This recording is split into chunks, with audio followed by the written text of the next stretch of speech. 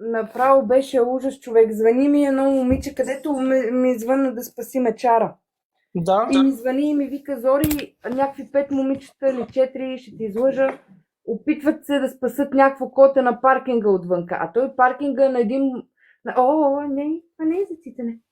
Няма тук мляко, просто пръсте. Хайде, пробуй, виж, просто пръсте. Иска да цоте милото. Иска да цоте тази годинка малка. И аз викам, слизам надолу. Слизам и го видяхме това приятелче, а то се крие и те не знаят как да го потърсят и се опитват да го хванат, а то бяга.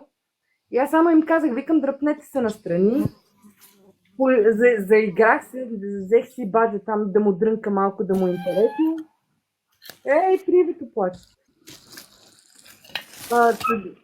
Поиграх си малко с него и се дръпнах аз настрани да види, че не искам